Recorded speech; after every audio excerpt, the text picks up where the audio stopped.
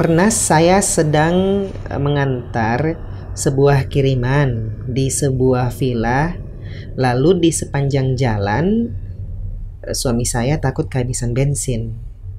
Jadi beliau mengambil ide untuk mengambil botol kosong di pinggir jalan, dan ketemu satu botol tapi tutupnya terpisah. Akhirnya saya mengambil tutupnya juga di pinggir jalan itu, di rerumputan, Ustaz.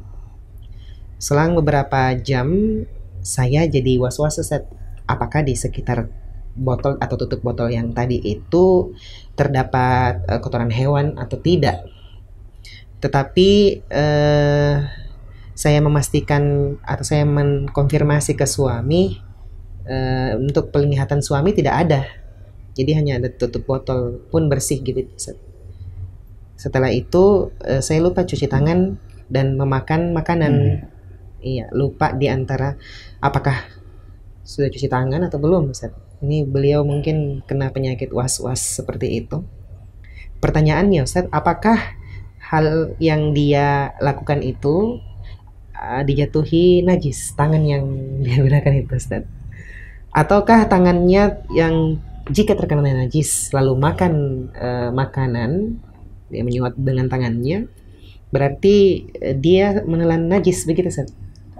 Iya, karena seperti yang beliau bilang, saya ada was-was dan lupa kalau cuci tangan atau belum. Itu bagaimana hukumnya, Ustaz?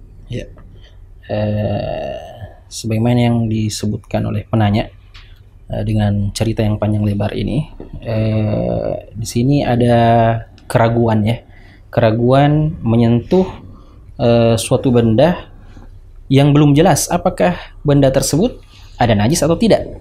Dan ini sudah dikonfirmasi juga dengan pihak yang lain. Di sini konfirmasi dengan suaminya, ya, bahwasanya apakah botol tersebut terkena najis atau tidak. Dan sudah di clear bahwasanya ini tidak ada najisnya. Dan secara umum ketika suatu benda yang jelas, ya, jelas bahwasanya tidak ada najis yang kita pegang, kemudian tidak ada bekas najis tersebut, baik dari segi najis tersebut bersifat kering atau basah, atau bisa tercium baunya, atau kelihatan, tentunya kita katakan dalam sebuah kaidah fikih disebutkan al-yaqinu la yazulu atau la yuzalu bisyak, bahwasanya keyakinan itu tidak bisa serta-merta terangkat disebabkan karena sebuah keraguan yang tidak mendasar. Nah, di sini ragu-ragunya bahwasanya benda yang dia pegang ini, yang dia pungut ini, ragu bahwasanya apakah dia najis atau tidak, ada najisnya atau tidak. Maka syariat memberikan suatu makhraj yang jelas bahwasanya keraguan-raguan itu tidak boleh menjadi penghalang dari keyakinan. Keyakinan apa yang diyakini di sini adalah keyakinan bahwasanya benda ini tidak terkena najis. Karena dari mana kita tahu? Apa dalilnya? Apa buktinya bahwasanya benda ini tidak ada najis? Buktinya adalah tidak ada asar, tidak ada bekas najis itu yang bisa kita ketahui dari panca indera kita.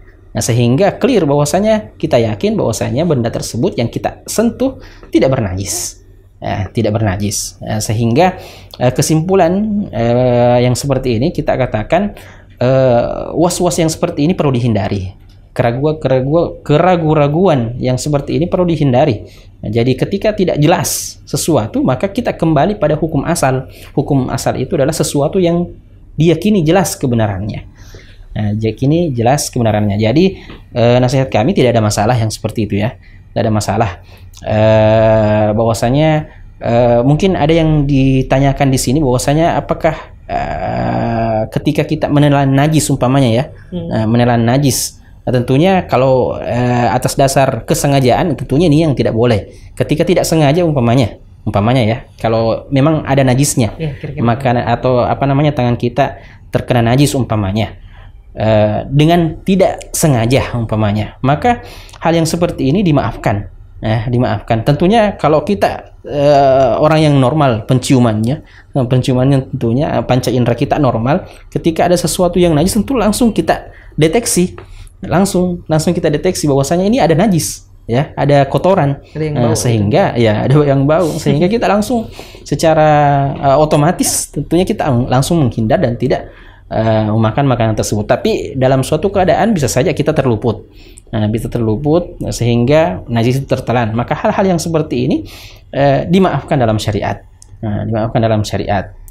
Kembali kepada poin yang pertama tadi, bahwasanya ketika dalam kondisi yang disengaja, ini yang tidak boleh, ya, ini yang tidak boleh, karena sesuatu yang najis itu haram untuk dikonsumsi.